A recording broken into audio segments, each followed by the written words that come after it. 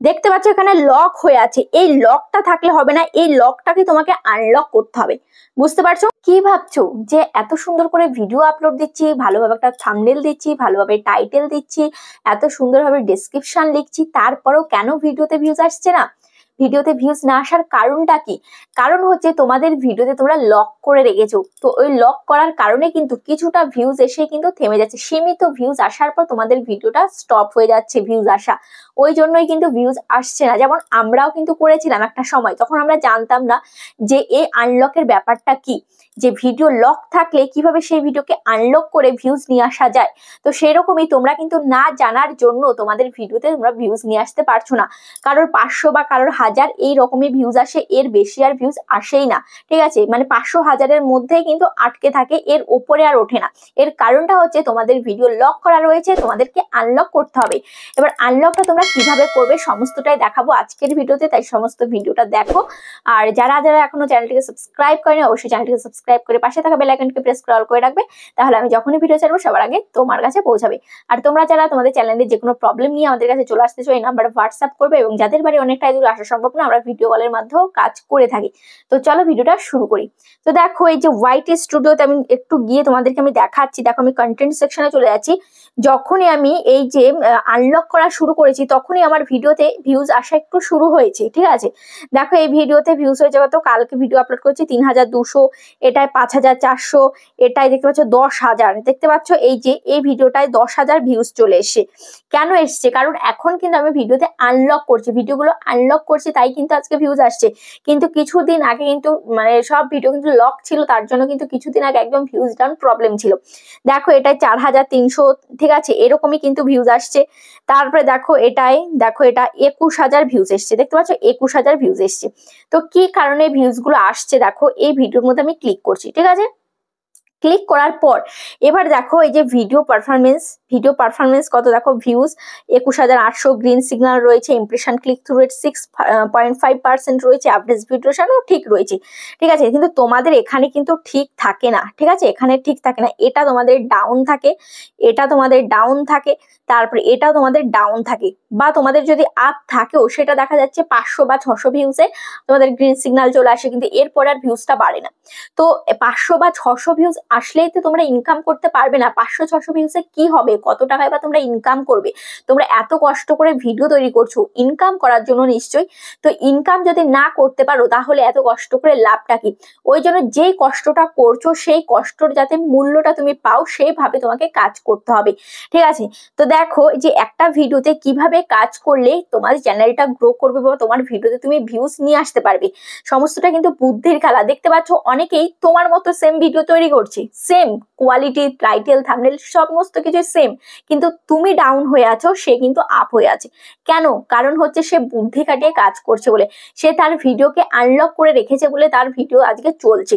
দেখো ভিডিও পারফরমেন্সে আমি যাচ্ছি, এবার দেখবো ভিডিওটা কোথা থেকে ভিউজটা হচ্ছে। দেখো এখানে আমি রিচ অপশানে যাচ্ছি। ওকে, রিচ অপশনে যাওয়ার পর দেখো এই ভিডিওটার ইমপ্রেশন কত দিয়েছে, 2.7 লাখ। ঠিক আছে, 2.7 লাখ হচ্ছে ইমপ্রেশন দিয়েছি। তাহলে কেন ভিউজ আসবে না? তোমাদের এই ইমপ্রেশনটাই দেয় না। কত দেয় ইমপ্রেশন তোমাদের? হয় কারো 2000, কারো 3000, কারো 5000, এরকম ইমপ্রেশন দেয়। তো 5000 ইমপ্রেশন দিলে সেখান থেকে হয়তো তোমার 500টা ভিউজ হবে, এরকমই হবে। যেমন আমার এখানে 2.7 লাখ হচ্ছে ইমপ্রেশন দিয়েছে, সেখান থেকে আমার 21,000 ভিউজ হয়েছে, তাহলে কাউন্ট করে নাও। তো ইমপ্রেশন অনেক দিতে হবে, তারপরে কিন্তু তুমি ভিউজটা পাবে। সামান্য ইমপ্রেশন দিলে কিন্তু তোমার ভিডিওতে ভিউজ আসবে না। এবার তুমি বলতে পারো যে ইমপ্রেশন জিনিসটা কি? ইমপ্রেশনটা কি? ইমপ্রেশনটা হচ্ছে তোমার ভিডিও মানে কত কত ফোনে পাঠালো, কত জনের ফোনে পাঠালো, সেটাই হচ্ছে ইমপ্রেশন। দেখো তুমি যখন ইউটিউব স্ক্রল করতে থাকো তখন কত রকমের কত ভিডিও কিন্তু আসে তোমার পেজে, তো সেগুলোই হচ্ছে ইমপ্রেশন। দেখো এই যে আমি ইউটিউবটা ওপেন করছি। ঠিক আছে, ইউটিউবটা আমি ওপেন করলাম। ওপেন করার পর দেখো এই যে এভাবে আমি স্ক্রল করছি, স্ক্রল করতে করতে দেখো এই যে ভিডিওগুলো আসছে, এইগুলোই কিন্তু ইমপ্রেশন দিচ্ছে। এই যে দেখো এই যে এই ভিডিওটা, এটাও কিন্তু এই যে ইমপ্রেশন দিচ্ছে। দেখতে পাচ্ছ, মানে এগুলো কি ব্রাউজ ফিচারে দিচ্ছে। এই যে এই ভিডিওগুলো আসছে, প্রত্যেকটা ভিডিও ইমপ্রেশন দিচ্ছে ইউটিউব, তাই কিন্তু আসছে। মানে তোমার ভিডিওকে এরকম মানুষের ফোনে কিন্তু পাঠাতে হবে, তবে কিন্তু তোমার ভিডিওতে ভিউজ বাড়বে। ঠিক আছে, তো দেখো তারপর আমি আবার হোয়াইট স্টুডিওতে গিয়ে আমি তোমাদের একটু দেখিয়ে দিই। দেখো সেই ভিডিওটা আমি আবারও চলে আসবো, এই যে রিচ, এই রিচে আমি ক্লিক করছি।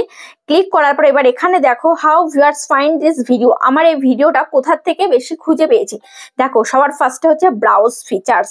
ব্রাউজ ফিচার্স এই যে সবে তোমাদেরকে আমি দেখালাম যে ইউটিউব পেজে আমি স্ক্রল করছি, স্ক্রল করতে করতে যে ভিডিওগুলো আসছে সেটাই কিন্তু ব্রাউজ ফিচার্স থেকে আসছে, বুঝেছো? ব্রাউজ ফিচার সেটাকে বলে ব্রাউজ ফিচার্স। তারপর হচ্ছে সাজেস্টেড। সাজেস্টেড কি, ধরো তুমি কোনো একটা ভিডিও দেখছো, সেই ভিডিওর নিচে কোনো একটা ভিডিও শো করছে, তখন তুমি সেই ভিডিওতে ক্লিক করেছো, তো সেটা হচ্ছে সাজেস্টেড, মানে অন্য ভিডিওর সূত্রে আরেকটা ভিডিও সাজেস্ট করছে তোমাকে, সেটা মানে ডিরেক্টলি তোমার ভিডিওটা ডিরেক্টলি তোমার সামনে আসছে না, অন্য ভিডিওর সোর্সে তোমার কাছে আসছে। অত ইম্পর্টেন্ট নয়, কারণ ইম্পর্টেন্ট হচ্ছে এই যে ব্রাউজ ফিচার্স তারপরে সাজেস্টেড ভিডিও, ঠিক আছে? তো এই দুটো হচ্ছে মোস্ট ইম্পর্টেন্ট। আর হচ্ছে ইউটিউব সার্চ। ইউটিউব সার্চে গেলে তো তোমার ভিডিও মানে সবসময় ভিউজ আসতে থাকবে, আর ব্রাউজ ফিচার সাজেস্টেড এগুলোতেও কিন্তু ভালো ভিউজ আসবে, ঠিক আছে? কিন্তু তোমার ফার্স্টে যদি ডিরেক্ট আননোন থাকে তাহলে কিন্তু তোমার সেই ভিডিও বেশি দূর যাবে না। তোমার ফার্স্টেই যদি এই জায়গাটায় যদি তোমার এই যে আদার ইউটিউব ফিচার্স থাকে তাহলে সেই ভিডিওটা কিন্তু বেশি দূর যাবে না। যখনই দেখবে ব্রাউজ ফিচার্স রয়েছে বা সাজেস্টেড রয়েছে বা ইউটিউব সার্চ রয়েছে ফার্স্টের দিকে, তাহলে সেই ভিডিওটা কিন্তু মানে তোমার মনে করবে যে ইউটিউব ইমপ্রেশন দিচ্ছে, তোমার ভিডিওকে ইউটিউব প্রমোট করছে, বুঝেছো? এই যে সবটা মিলিয়ে কিন্তু ইমপ্রেশন হয়, কখনো ব্রাউজ ফিচারে দেয়, কখনো সাজেস্টেডে দেয়, কখনো আদার ইউটিউব ফিচার্সে দেয়, কখনো ইউটিউব সার্চে দেয়, এই সম্পূর্ণকে মিলিয়েই বলে ইমপ্রেশন, বুঝতে পারছো? মানে মানুষের কাছে পৌঁছাচ্ছে। তারপরে দেখো এবার এই যে সার্চ টার্মস, এই ভিডিও সার্চ টার্মস কি কি সার্চ করে এসছে, দেখো ক্রিয়েটর সার্চ বাংলা লিখে সার্চ করে এসছে, আলুর পরোটা সহজ রেসিপি, আলপনা নিউ ডিজাইন, এইগুলো কিন্তু সার্চ করে করে এসছে। এবার কথা হচ্ছে যে তোমার ভিডিওতে তোমাকে কি কাজ করতে হবে, এইগুলো তো তোমাকে দেখালাম যে আমার ভিডিওতে আমি কি কি করেছি। এবার তোমার কথা হচ্ছে যে তোমার ভিডিওতে কি করতে হবে, কি করলে তোমার ভিডিওতে ভিউজ আসবে। তো সেটা হচ্ছে তোমাকে চলে আসতে হবে, তুমি কোথায় চলে আসবে, তুমি এই অ্যানালাইটিক্স এর মধ্যে, ঠিক আছে? এই অ্যানালাইটিক্স এর মধ্যে আমি ক্লিক করলাম, ওয়াইটি স্টুডিওর অ্যানালাইটিক্স আমি ক্লিক করলাম। ক্লিক করার পর এবার এখানে দেখতে পাচ্ছ কি রয়েছে, এই যে অডিয়েন্স, এই অডিয়েন্স এর মধ্যে ক্লিক করবে, ঠিক আছে? অডিয়েন্স এর মধ্যে ক্লিক করার পর এবার এখানে তুমি দেখবে যে তোমার অডিয়েন্স কার কার ভিডিও দেখে। দেখো হোয়াট ইউর অডিয়েন্স ওয়াচ, মানে কোন কোন ভিডিও তোমার অডিয়েন্স দেখে। দেখো এখানে কি রয়েছে, ইউটিউবার হও এই ভিডিও দেখে, ইউটিউবার হও এই চ্যানেলের ভিডিওগুলো দেখে, ঠিক আছে? বেশি কিন্তু এই ইউটিউবার হও চ্যানেলের ভিডিও দেখে আমার অডিয়েন্স।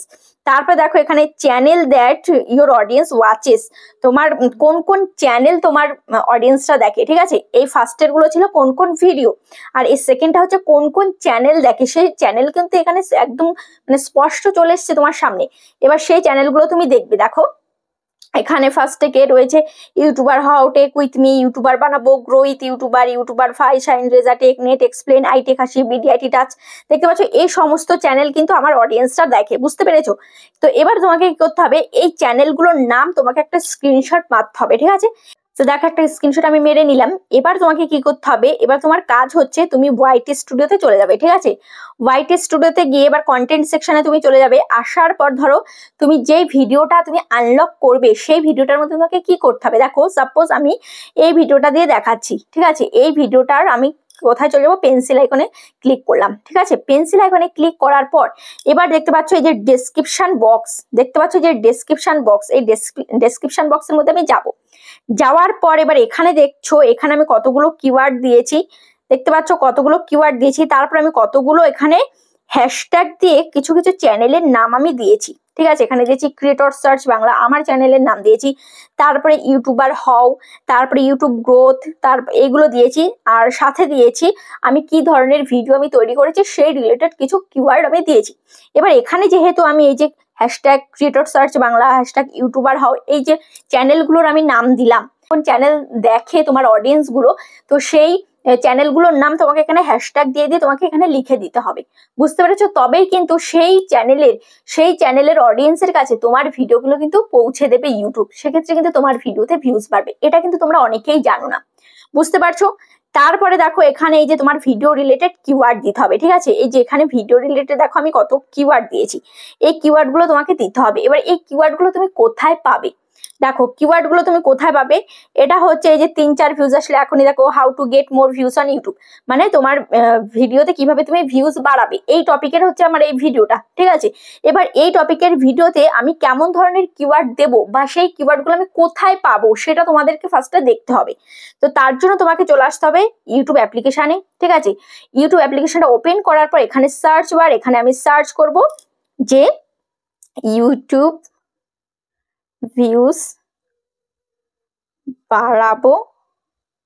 এই দেখো ইউটিউব ভিউজ বাড়াবো, জাস্ট এইটুকু আমি লিখলাম। দেখো ইউটিউব ভিউজ বাড়াবো কি করে, ইউটিউব ভিডিও ভিউজ কিভাবে বাড়াবো 2024, ইউটিউব কা ভিউজ কিভাবে বাড়াবো 2023, ইউটিউব কি ভিউজ কিভাবে বাড়াবো 2024, দেখতে পাচ্ছ।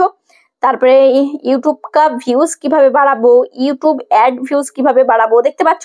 তো এই যে কিওয়ার্ড গুলো এসছে, এই কিওয়ার্ড গুলো তোমাকে স্ক্রিনশট মারতে হবে, তারপরে কপি করে ডেসক্রিপশন বক্সে দিয়ে দিতে হবে, ঠিক আছে। তারপরে এখানে আরেকটু ভাবে তোমাকে লিখতে হবে, আরো অন্যভাবে ঘুরিয়ে পেঁচিয়ে লিখতে হবে ইউটিউব ভিউজ বাড়ানোর জাস্ট আমি বাড়ানো পর্যন্ত আমি লিখেছি, ঠিক আছে। তারপরে দেখো আরো কিছু কিওয়ার্ড দিয়েছি, ইউটিউব ভিউজ বাড়ানোর উপায়, ইউটিউব ভিউজ বাড়ানো, ইউটিউব ভিউজ বাড়ানোর অ্যাপ, ইউটিউব মে ভিউজ বাড়ানোর উপায়, ইউটিউব চ্যানেল ভিউজ বাড়ানোর উপায়, ইউটিউব ভিডিও ভিউজ বাড়ানোর উপায়, ইউটিউবে ভিউজ বাড়ানোর উপায়, দেখতে পাচ্ছ।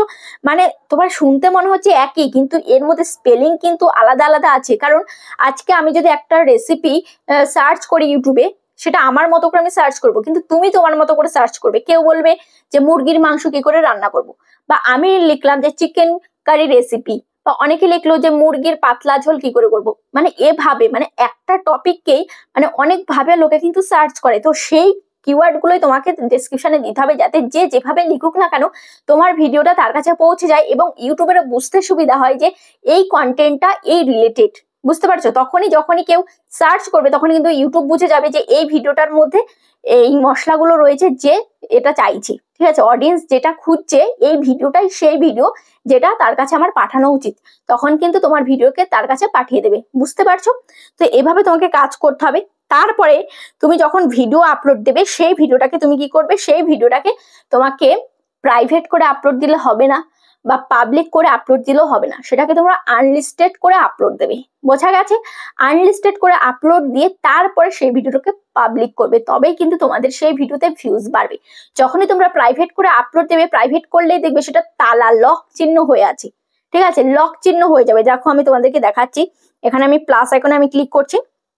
প্লাস আইকনে ক্লিক করার পর এবার দেখো এখান থেকে যে কোনো একটা ভিডিও আমি নেবো, ঠিক আছে। তো দেখো এখান থেকে আমি জাস্ট এই ভিডিওটা আমি নিলাম, এবার আমি নেক্সট আমি ক্লিক করছি। ওকে, করার পর দেখো একটা ভিডিও আমি চুজ করে নিলাম।